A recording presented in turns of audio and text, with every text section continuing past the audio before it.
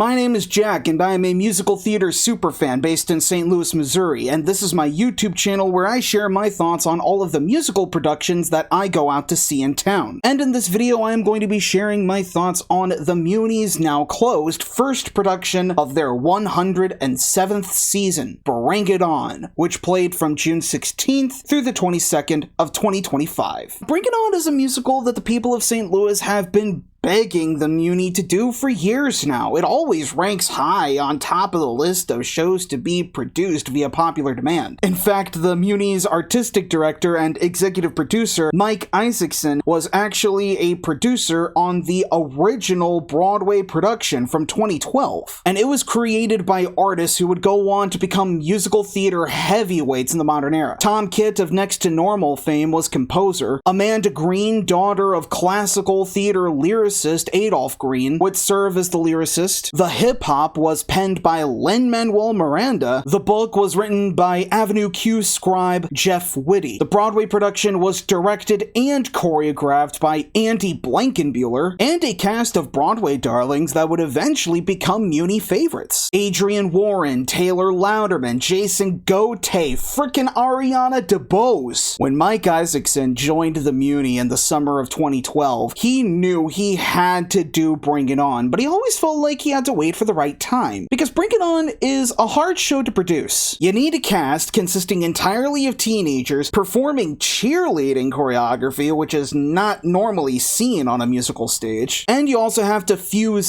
that with modern hip-hop. You need to have a physical production design that reflects the cinematic quality of the original Bring It On movies, and you need a director that has to keep the show moving at that pace. And in his 10-plus year tenure at the Muny, Mike Isaacson has accrued a lot of clout and a lot of in-house talent to finally feel like it was high time to make this happen. For Bring It On to be the first show of this summer season was actually brilliant programming in hindsight. Bring It On is the kind of show that hooks you in from the start and never lets go, with lots of high-energy choreography, plenty of visual spectacle, and a story that is so earnest it borders on being campy. In other words, Bring It On is what musical theater is all about. Now, for those of you who are left completely in the dark about this, Bring It On is, of course, the stage adaptation of the teen movie franchise of the same name. Now, the show isn't based on one particular movie. Instead, it's an original story that takes place in the same universe. You really do not need to see any of the Bring It On movies to see this show. Bring It On the musical is set in the year 2009. Our main character is Campbell Davis, one of the most popular girls in the predominantly white suburban Truman High School. She's head cheerleader, homecoming queen, part-time model. Actually, that last one may have been Mackenzie Zales, scratch that. Campbell seems to have it all, until her senior year of high school starts, when she discovers that she's actually being transferred to Jackson High School, a predominantly black inner-city school, a school that does not have a cheer squad. It was disbanded because of poorly monitored student behavior. At her first day at Jackson, Campbell realizes that everything that made her popular at Truman makes her an outcast here. But Campbell's not alone. She is joined by Bridget, a fellow Truman classmate that got transferred to Jackson too. Bridget was the Truman Cheer Squad's mascot performer, and Bridget always felt like that she never really fit in at Truman because she's overweight, she's a nerd, she's quirky, very extroverted. In other words, Bridget was the female version of me when I was in high school. But now at Jackson, Bridget is embraced for who she is. So much so that Bridget, and Campbell too, eventually earn the respect of Jackson's hip-hop dance crew, led by the no-nonsense Danielle, who only lets the other two join them because of the principle of game recognizing game. At the end of the first act, Campbell gets another perspective-shattering discovery, that her being transferred to Jackson was actually a part of a giant conspiracy, concocted by Eva. Eva was a low-ranking member of Truman's cheer squad who orchestrated a crazy series of events to to climb up the cheerleading totem pole, or I should say pyramid, and take Campbell's place as cheer captain. And so, out of vindication, Campbell decides she is going to convince Bridget, Danielle, and the Jackson dance crew to come together and form a cheer squad that will compete against Truman in the National Cheerleading Championships, the kind of squad that no one has ever seen before. And it's from there that you get the gist that Bring It On is essentially a mid to late 2000s teen movie in stage musical form. There's the popular girl who needs to be humbled. There's the standoffish punk who has to learn to work with others. There's the outcast who comes out of her shell. And there's a very obvious over-the-top villain who represents everything that is wrong with high school politics. In fact, this musical is so much like a teen movie, there are no adult characters in this show whatsoever. This story is told completely from the point of view of these high school kids. And to them, this is a situation that has extremely high stakes. And the way the script is built, you do really care for Campbell. You care about Danielle. You care about Bridget. They're not bad characters for teen audiences to follow. And I think their arcs are satisfying enough that I think teenagers could be really invested in them. The Muny's production was directed by Dennis Jones, and he's one of those directors that has a gift for translating film language for the stage. His blocking always keeps you focused on who is leading the scene, with everything else just falling into the background, which kinda sounds like the bare minimum for what a director should do, but for a show like Bring It On that has a lot of moving parts, it's very important, especially when you're surrounded by hip-hop dancers that were all excellently choreographed by Jennifer Weber, particularly the Jackson High ensemble numbers Do Your Own Thing and It's All Happening. There's even a really cool dance number, Friday Night Jackson, where ensemble member Bale Rock Munoz performs a breakdancing routine while dressed as a leprechaun mascot, which is both really funny and really impressive because of the restrictions that naturally come with breakdancing while sporting a mascot head. The visual style of the Muny's production is quite cinematic too. The set, designed by Ann Beiersdorfer, consists of versatile rolling walls, pieces that get rolled on and off the stage like Campbell and Eva's matching bedrooms, the reveal of which was hilarious, and the food court where Danielle works. Beiersdorfer's versatile walls also doubled as lighting trusses, and they move across the stage in such a way that they show off really creative lighting by Jason Lyons. He sets the ambiance for Jackson High, the villain lighting for Eva, and the bright stadium lights for the championship. He aces all of that. The video design by Kate Hevner is creative too. There's video calls that are done live on stage. There's screen sharing to late 2000s computer graphics, including Google and Facebook. That was a nostalgia trip and a half. Tristan Reigns' costumes and Ashley Ray Callahan's hair and makeup not only fit the movement demands very well, but they're bright, they're colorful, they're full of character. They easily play to the back of the house while making it clear that these people are in fact teenagers. As a musical, Bring It On really moves along in much the same way that the movies do. The Muny did understand the assignment, but because Bring It On is a mid to late 2000s teen movie, the musical does fall into the same pit traps. The show does perpetuate negative high school stereotypes that were called into question even before the original Bring It On movie came out. A lot of the members of Truman's cheer squad in Act 1 get established as characters full of personality in their own right, but with the exception of Eva, they all pretty much disappear after Act 1 until the big championship at the end. In between that time, Eva is the only member of the Truman cheer squad that we really focus on. But she does have a pretty fun villain song with Killer Instinct that reveals just how diabolical Eva is, and it's really funny. But the amount of attention that Eva gets kind of renders the rest of the squad unimportant, and that kind of bothered me considering the amount of time they established at the beginning of Act 1,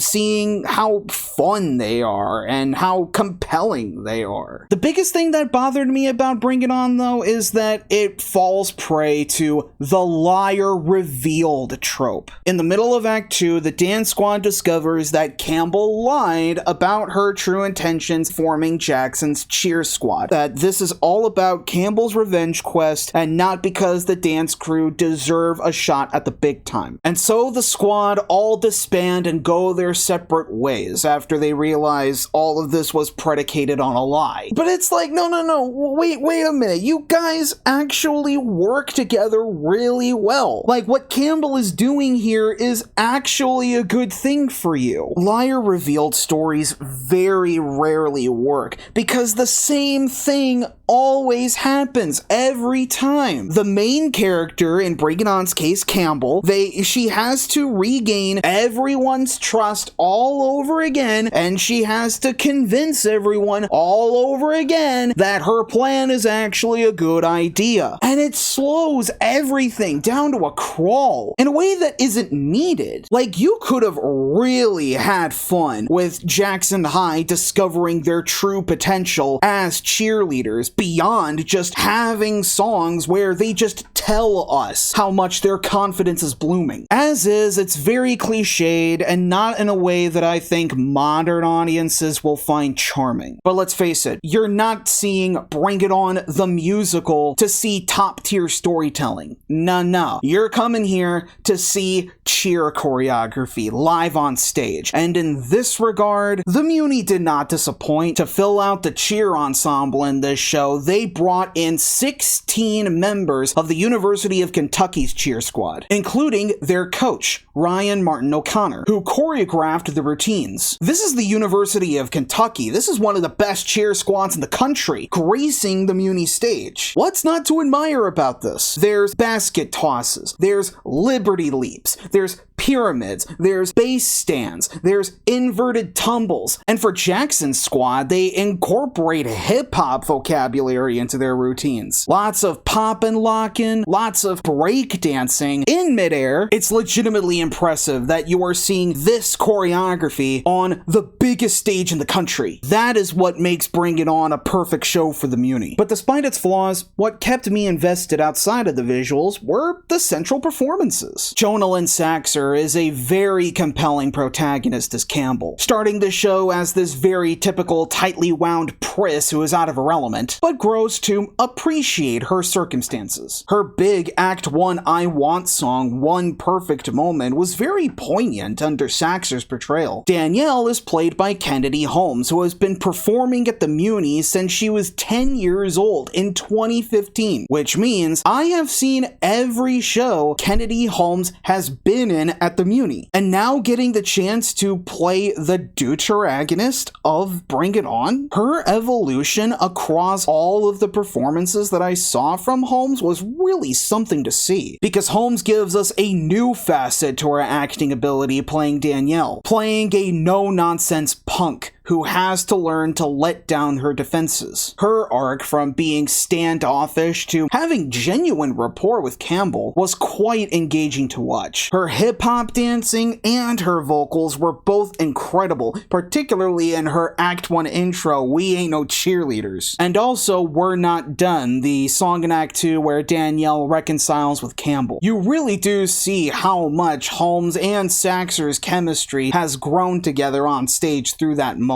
They are the glue that hold this show together. And I would kind of say the same thing for Bridget, who's played in this production by Katie Girardi. She is excellent at playing the goofy sidekick character that is confident in everything they do, to an extreme degree. Bridget's arc of finding acceptance in the Jackson crew was done very well through Girardi's portrayal, with her big song, It Ain't No Thing, being a comic highlight. Bryce Williams gives a pleasantly laid-back performance as Randall, Jackson High's resident disc jockey, and Campbell's eventual love interest. Williams and Saxer's duet, Enjoy the Trip in Act 2, was a nice cool down from the tension that built up in the middle there. Taylor Sage Evans is a perfect bullseye as well as Eva, playing up the conniving plastic blonde archetype with gleeful hamminess, especially in the song Killer Instinct. Jackson's dance crew are given dynamic comic performances from Ayla Kicione Burton as Nautica, AJ Paramo as La Cienega, Kevin Trino Perdido as Twig, and Brandon O'Neill Bomer as Cameron. Truman's cheer squad is played with amusing levels of shallow superficiality by Sean Harrison Jones as Steven, Katie Riedel as Skylar, who parodies the uppity attitudes of popular girls with aplomb, and Regine Sophia as Kyler, whose real name is actually Inez, but is so attached to Skylar that she changed her name to rhyme with Skylar. Hey, it's funny, it works. And the main cast and the entire ensemble sound amazing, thanks to the musical direction of Ann Shuttlesworth, who conducts the blending of musical theater, pop sound, and hip-hop from the Muny Orchestra. The score is tightly paced and pulse-pounding even during the slower moments. It's a great score, one that kind of makes up for the flaws that I have with this show. Bring It On was a great start to the Muny's 107th season. Bring It On is a story about the importance of collaboration, of compromise, of empathy and understanding, told through a medium of dance that is not often done on stage. Performed with a musical vocabulary that everyone will find engaging. In my book,